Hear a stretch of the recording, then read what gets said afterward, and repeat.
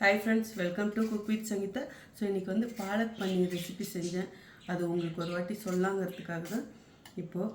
So என்னென்னு பார்த்தீங்கன்னா, first வந்து கொஞ்சம் பட்டர் ஆயில் ஊற்றிட்டு அதில் கொஞ்சம் சீரகம், அதுக்கப்புறம் பூண்டு கொஞ்சம் தட்டி போடணும், இல்லை பொடி பொடியாக கட் பண்ணி போடணும். அப்புறம் சின்ன வெங்காயம் நல்லா நைஸாக கட் பண்ணி போட்டு அதுவும் நல்லா வதக்கிட்டு, தக்காளி 6 தக்காளி போதும். அதாவது ஒரு கட்டு பாலக்கு 2 கட்டாக இருந்தால் ஒரு தக்காளி கம்மியாக தான் போடணும். ஸோ தக்காளியும் வந்து போட்டு வதக்கிட்டு அதில் கொஞ்சம் கரம் மசாலா 1/4 டீஸ்பூனு, 1/2 டீஸ்பூன் ஜீரக பொடி அதுவும் போட்டு நல்லா வதக்கிடணும். நம்ம வெங்காயம் வதக்கும் போதே காஞ்ச மிளகா, பச்சை மிளகாயும் போட்டு நல்லா வதக்கிடணும்.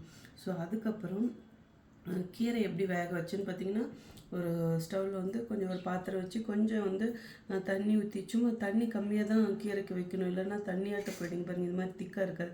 ஸோ அதனால் வந்து தண்ணி ஊற்றி அதில் கொஞ்சம் மஞ்சள் பொடி போட்டு இந்த பாலக்கீரையை அதில் போட்டு, பாலக்கீரை போட்ட உடனே ஒரு 1/4 டீஸ்பூன் சர்க்கரை போடணும். இந்த டிப்ஸ் ரொம்ப முக்கியம். ஏன்னா இந்த கீரையோட பச்சை நிறம் மாறாமல் இருக்கிறதுக்கு. ரொம்பலாம் இனிப்பு வராது, 1/4 டீஸ்பூன் போட்டால் போதும்.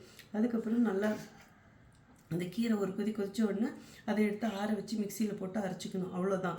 ஸோ இப்போ நம்ம இந்த மசாலாலாம் வதக்கணும் பார்த்தீங்களா, அதுலேயே வந்து இந்த அரைச்சி வச்ச பாலக்கும் அதுலேயே பாலக்கீரையும் அதிலே ஊற்றிட்டு நல்லா 2 கொதித்த உடனே பன்னீரை க்யூப்ஸாக கட் பண்ணாமல் இங்கே பாருங்கள் திருவி போட்டிருக்கு. இது சூப்பராக இருக்கும் டேஸ்ட்டு, இங்கே பாருங்களேன்.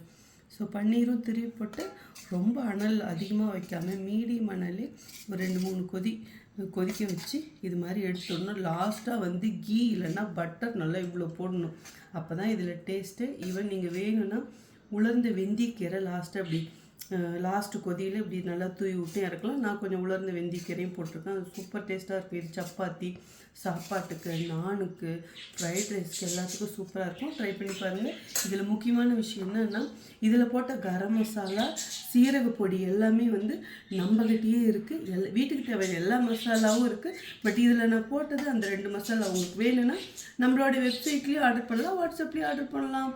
தேவாமிரதமாக இருக்கும், நிஜமாக சொல்கிறேன். ட்ரை பண்ணி பாருங்கள். பன்னீரை இப்படி திருவி போட்டு